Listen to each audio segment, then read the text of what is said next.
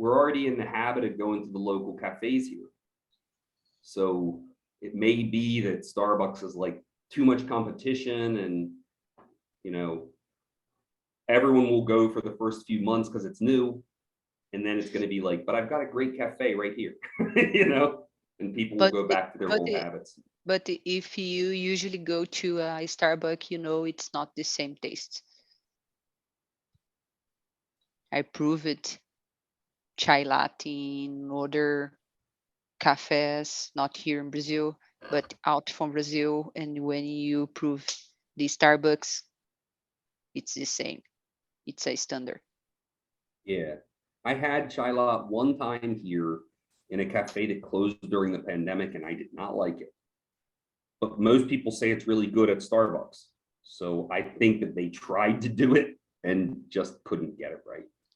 I think the problem is the sugar. Too much sugar or not enough? Yes, Starbucks is a lot of sugar, and the Starbucks you get addicted not and then the same. Yes, and it's the same with Outback,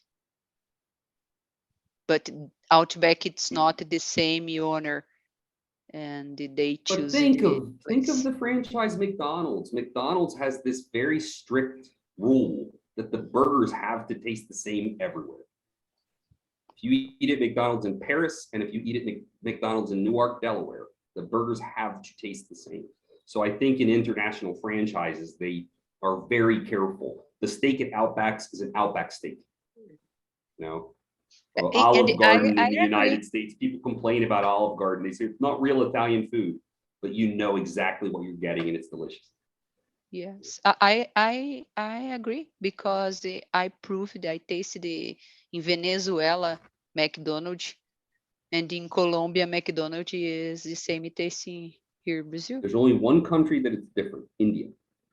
India is the only country that the burgers can be made with mutton, carnero. It's the only country in the world. The rest Because of the religion. Yeah, because you have one religion that doesn't eat beef and another religion that doesn't eat pork. Yes. So but that's the only place that they allow substitute meat. Mateus, can you tell us something that exists, that should exist, or that existed? There are too many toys around me because my daughter decided to take all the toys out of the basket. Excellent example. I missed that. Amor, let's have another kid. I just said that because I know she'll say no. It's fantastic, people, but it's not for me. It's for who don't have a baby yet. Claudia, can you think of something that existed, or should exist?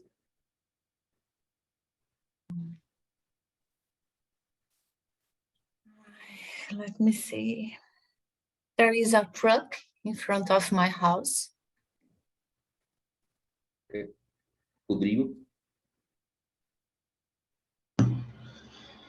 When I was a kid, there was a church beside my home. And I wanna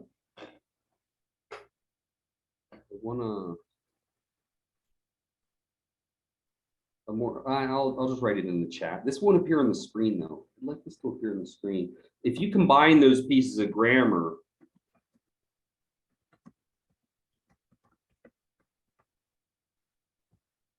I think I could write here. Annotate, there we go. So if we combine these two pieces of grammar, there's got to be a better way. Okay. There's got to be a better way. Anybody want to try to translate that into Portuguese?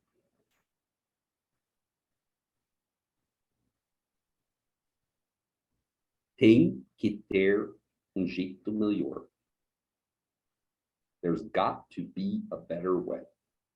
Okay. Combining are there with be and using be in a have to form. Okay. Very good. Can I erase that? Yeah. Okay, let's go. Next one. This one here, I have two little pieces of information. We talked quickly a moment ago about using to link together verbs. And look at the second example. Ramon intended, it's Ramon, right? In Spanish, Ramon.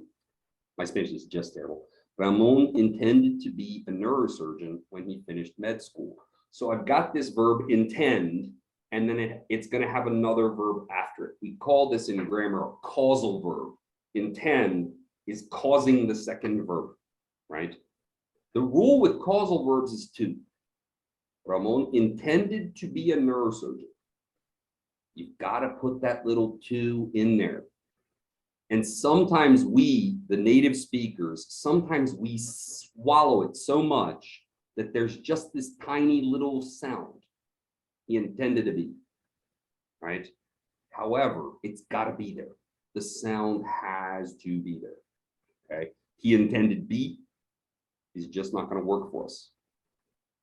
Then on the opposite side is our family of modal auxiliary verbs.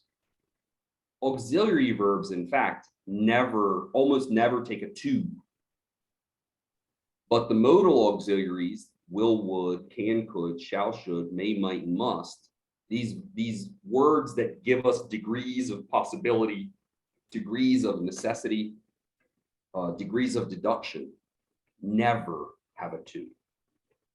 The rule with this family of verbs is the verb that comes after it is always just the verb. You can never mess with it at all.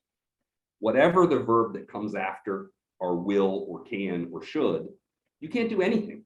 You can't put an ing, you can't put a to, it cannot be in the past tense, right? It's always just the simple form of the verb, the bare infinitive for grammar lovers, okay? And check out our examples. I will call you later. I hear a lot of guys saying I will to call you later because of the general rule with the to. But this family does not follow the general rule. This family has its own set of rules, in fact. There's no third person singular, right? They never take that S. If I want to put it in the past, it's quite complicated, right? Would have done, making would into the past. It's a little complicated. We can borrow Jim's pickup to move the furniture. I have to say, guys, borrow was a word that Andrea wanted to put in the presentation today, but we decided that we're going to put it in the next one because the words borrow and lend and rob and steal, it takes a lot of time to work it. And we'll put it in the next one, okay? Borrow, you think, is coming in the direction of the subject. Lend is going in the direction of the object. So I borrow your car comes towards me. You lend me your car still comes towards me. It's that me is after lend and I is before borrow, okay? But we'll get into that in November, okay? We'll take some time to really talk about that. Lend, borrow, and rob and steal in November. So everyone should drink plenty of water. Not should to drink, should drink. Right? And a negative example, I wouldn't send cash in the mail if I were you. Okay. Be careful about this one. Does it interfere with understanding? Probably not, but it does shout in the ear. There's something wrong. He said something wrong. I'm not sure what it is. Okay. We have lots of bonus content in the ebook, guys. You're going to see that there's a bunch of stuff that we want you to know that we just don't have time for in 2 hours. So when we ship the ebook out to you, I really would like everybody to read it. If you have suggestions for the next Native Eyes, which is probably going to be in November, if you have suggestions for it, send those, DM me with the questions or the things that you think are things everyone needs to know. Or like, these natives are always saying this, and I don't I don't understand why. And on our slide there, I wanted to add, because in that slide, can you put it up really quick? Come more, put the slide back up.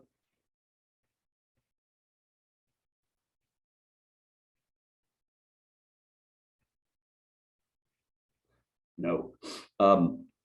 There was a commercial for Pepsi that in Portuguese, the question was, pode ser Pepsi? Some situations you can translate can be, right? So, às vezes Cliff pode ser bravo, right? Sometimes Cliff can be a little angry, okay? That can be does translate.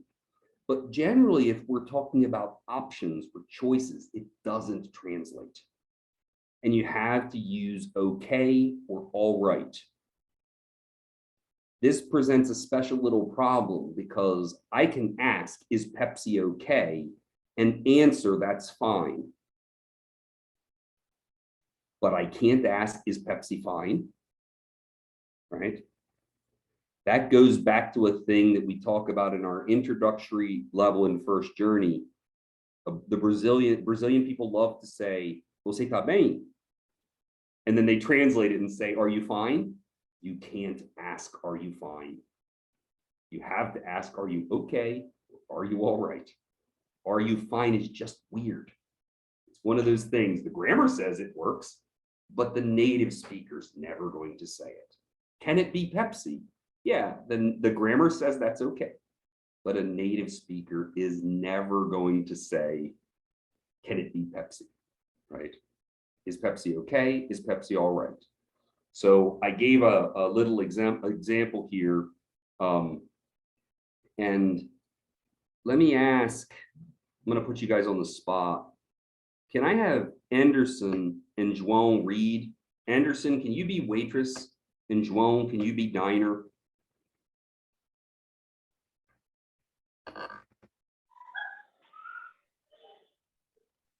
Pode repetir, teacher? Well, Anderson, você pode ler as falas do waitress no diálogo. Is Pepsi okay?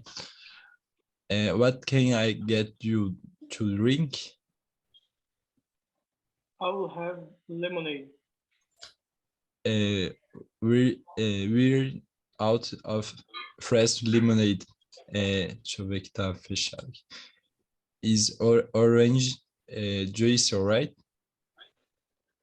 That is okay. Okay.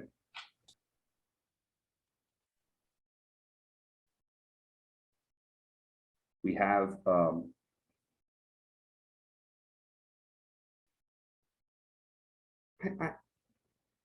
I wonder if this is a thing that's going to prevent understanding.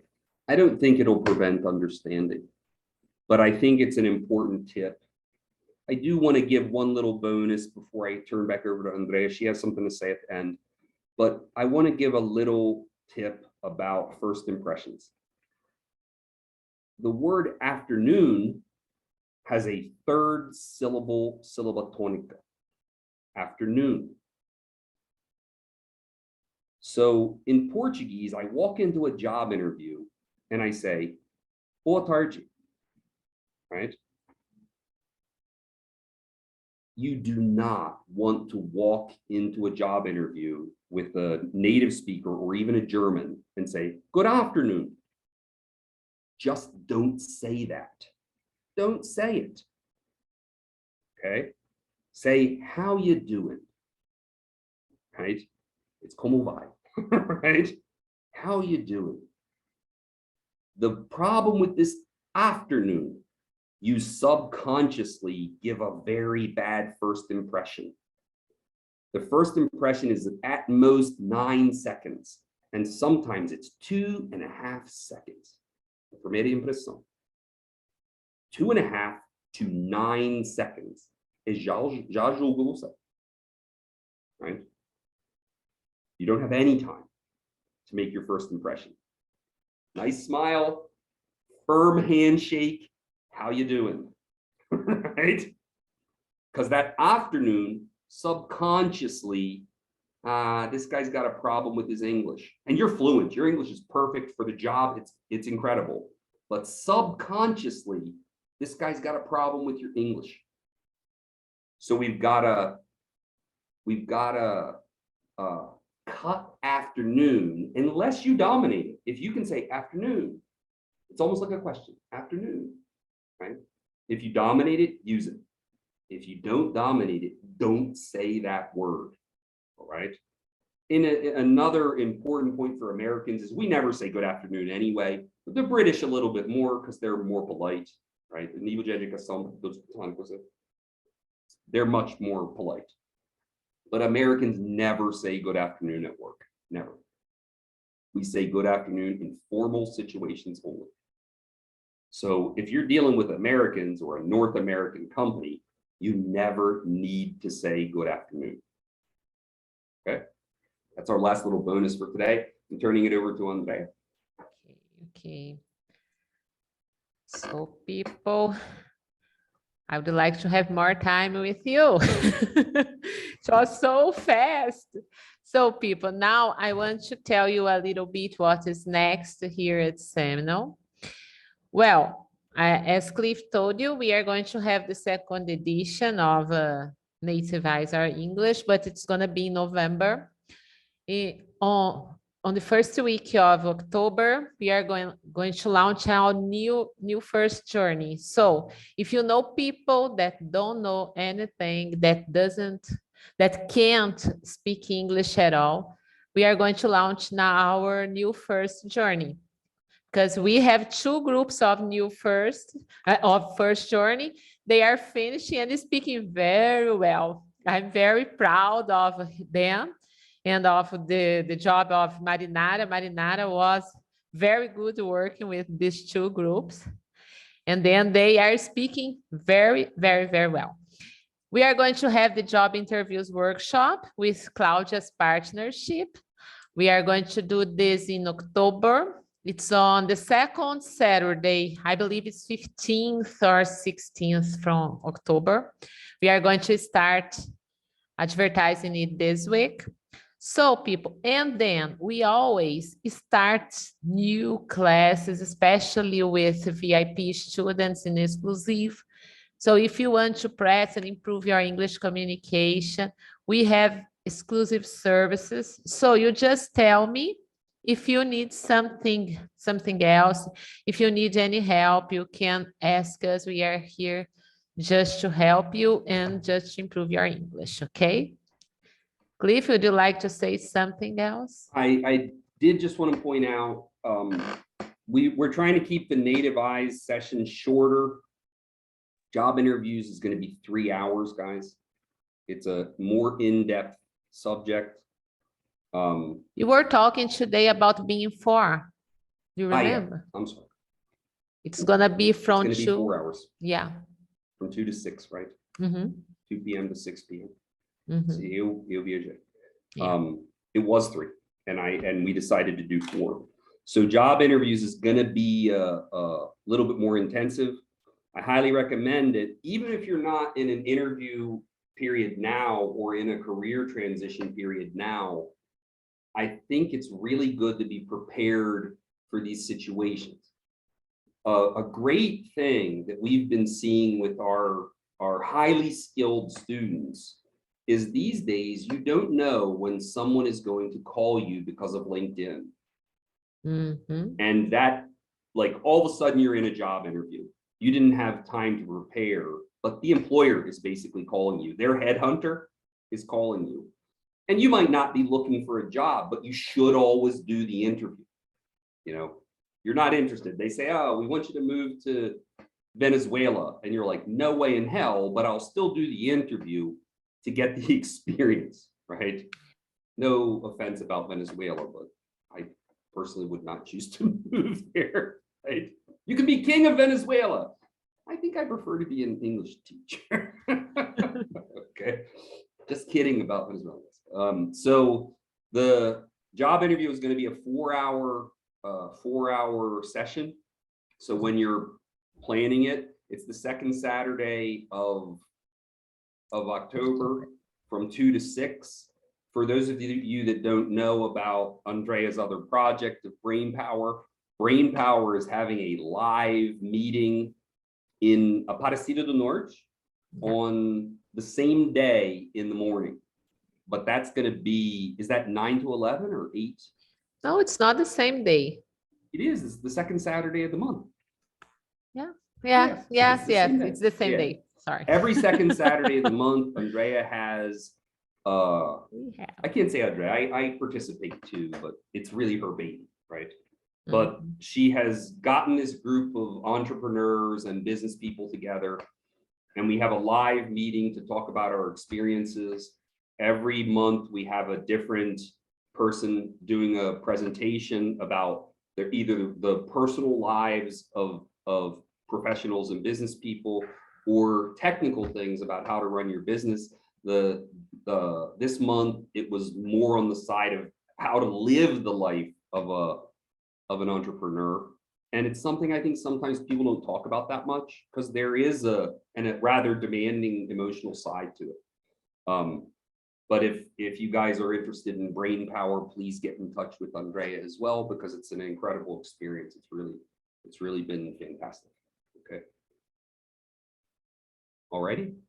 That's it, guys. Thank you so much. I hope to see you guys in October. If you can work it into your schedules, keep an eye on Instagram, because we're going to start putting out the publicity on Instagram probably almost immediately.